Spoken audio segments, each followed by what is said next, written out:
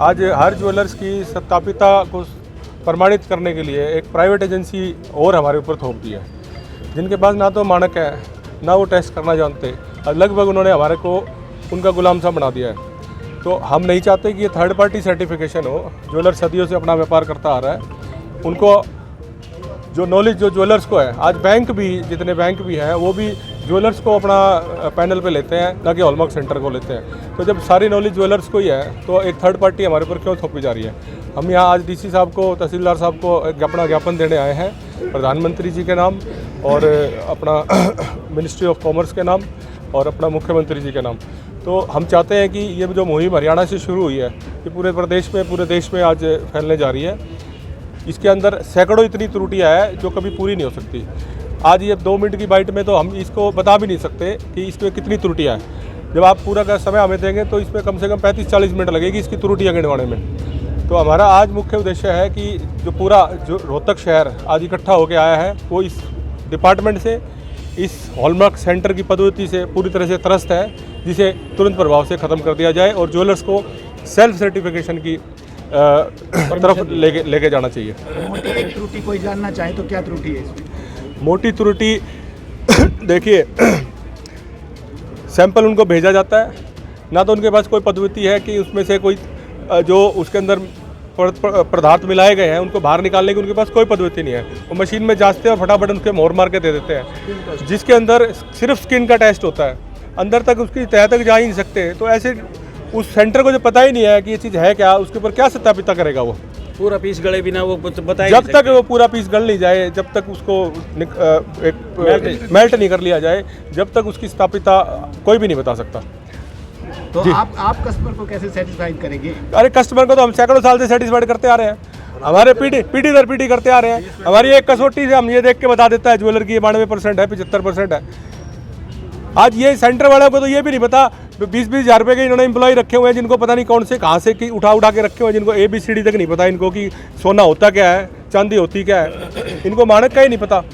हम तो सदियों से खुद बनाते हैं और खुद हमें सत्यापिता करते हैं, अपनी स्टैम्प मारते हैं, अपना उस पर प्योरिटी लिखते हैं और ग्राहक को सेटिस्फाइड करते हैं, और ग्राहक सदियों से वापस भी देने आता है और वापस भी लेते हैं। ये अगर मैं तो ये कहता हूँ, अगर इन्होंने स्टैम्प मार दी, क्या जिम्मेदारी लेते हैं कि इस माल को हम वापस ले लेंगे? ये वापस भी नहीं लेते उस माल को कि मेरी स्टैम्प लगी। कम से कम ये इनकी ये छूट तो हो। आज खुद BIS डिपार्टमेंट को इन हॉलमार्क सेंटर में भरोसा नहीं है, हमसे सैंपल ले जाके वो अपनी स्पेशल टेस्टिंग लैब में जाके टेस्ट कराते हैं। एक साल तक हमारे सैंपल चले जाते हैं, वापस नहीं आते।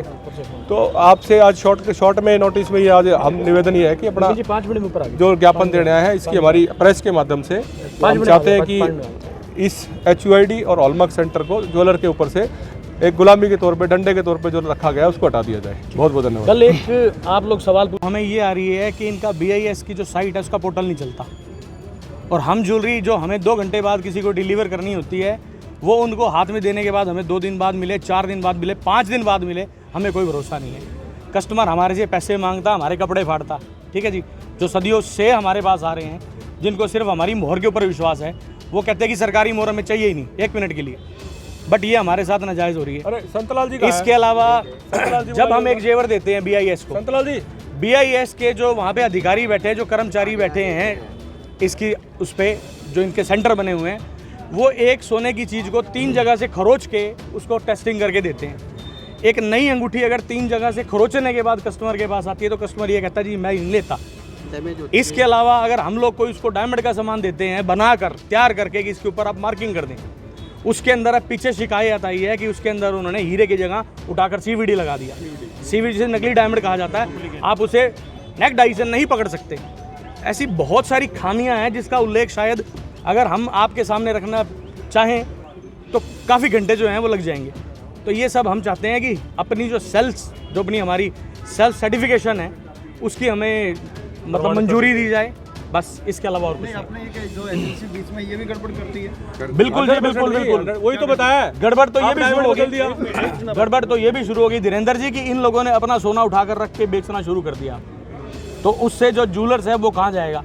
उसके अलावा इसमें हमारे व्यापार की जो गोपनीयता है वो सारी की सारी खत्म हो रही है। एक अंगूठी अगर हम लोग देते हैं, अच्छा एक चीज़ और है जो भाई अभी सिक्योरिटी की बात बता रहे हैं, दो अंगूठी करके भी अगर हम किसी हॉलमार्क सेंटर पे जाके सामान पकड़ाते हैं तो 500 दुकानें हैं, 500 मल्टीप्लाई बाय 2 कर लीजिए, आप 10 कर लीजिए, उसके बाद आप ये देखिए कि कितने किलो सोना है, हमारी क्या मतलब इस चीज़ की जिम्मेवारी कौन लेगा अगर कोई भी जो सेंटर है वो 10, 5, 15 किलो सोना उठा के शहर से बाहर चला जाएगा। अच्छा, एक चीज़ गवर्नमेंट की ये दलील भी रही है कि धोखाधड़ी से बचाने के लिए लेके आए।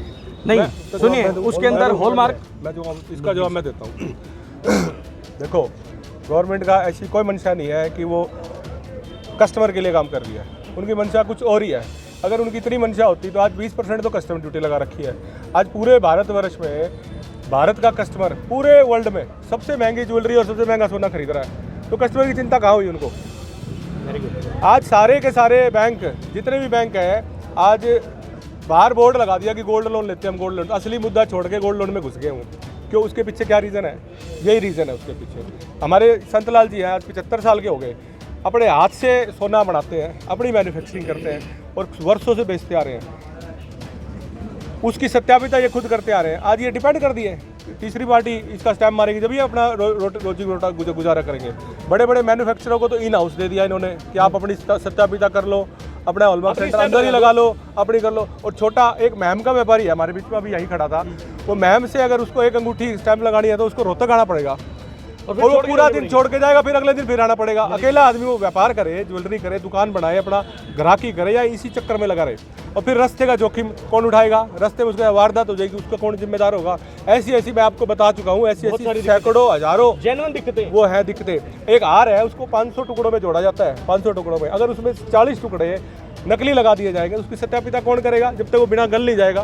कोई नहीं पकड़ता। एक खाली स्किन एक जगह से टेस्ट करने से कोई रिपोर्ट निकलती है क्या? इनको समझ में नहीं आ रहा, बेवकूफ़ हो रहे हैं, इनको ABCD तक नहीं पता ज्वेलर के धंधे का, उसको कंट्रोल करने जा रहे हैं। आपको जो करना है आप खुल के बताओ ना कि हमें सारा सोना हमें दे दो भाई, सारा हम बंद कर देंगे, 40 तुम्हें दे देंगे। ये 2016 से अलग अलग भांति तरीके से परेशान किया जा रहा है, अलग अलग। कभी एक्साइज लगा दो, कभी GST लगा दो, कभी नोटबंदी कर दो, कभी किसी 15-25 PMLA अभी क्या व्यापारी को खत्म करने की। अभी धीरे धीरे क्या अब क्या कर दिया? अभी लेटेस्ट क्या कर दिया? मनी लॉन्ड्रिंग लगा दिया ज्वेलर्स के ऊपर। मनी लॉन्ड्रिंग आतंकवादी है क्या? हम मनी लॉन्ड्रिंग लगा दिया। 10 लाख से ऊपर आप ज्वेलरी का कोई भी कैश में बेचोगे तो उसका हिसाब इनकम टैक्स को देना पड़ेगा। अरे पहले ही 10 सांड हमारे ऊपर छोड़ रखे हैं सरकारी है, एक ये प्राइवेट सांड और छोड़ दिया हमारे ऊपर है कि ये आपको सत्यापित करेगा। मैं 100 साल से काम कर रहा हूँ, जब तक उसकी परमिशन नहीं हो जाएगी जब तक मैं अपनी ज्वेलरी नहीं बेच सकता। ऐसी गुंडा कर दी। लोकतंत्र है ये, लोकतंत्र में इस तरह का काम ना कोई सुनवाई है। अभी आपके पास क्या विकल्प है? विकल्प भाई साहब ये विकल्प है जो खड़े हैं ना सारे सड़क पे अपनी दुकानें बंद करके आ रहे हैं, ये विकल्प है। ये सुनेंगे, देखिए सबसे पहले तो हमारी प्रॉब्लम दूर करेंगे तो हमारी दूर हो जाएगी, नहीं तो धीरे धीरे ये छोटे कारीगर, छोटे वर्कर जितने भी ना धीरे धीरे वो 70-80% सब खत्म हो जाएंगे। कल्याण, PCT, तनिष्क, ये इस तरह के ज्वेलर, इस तरह के ज्वेलर ब्रांडेड को प्रमोट करने का काम किया जा रहा है। बेरोजगारी को और बढ़ावा देना चाह रहे हैं।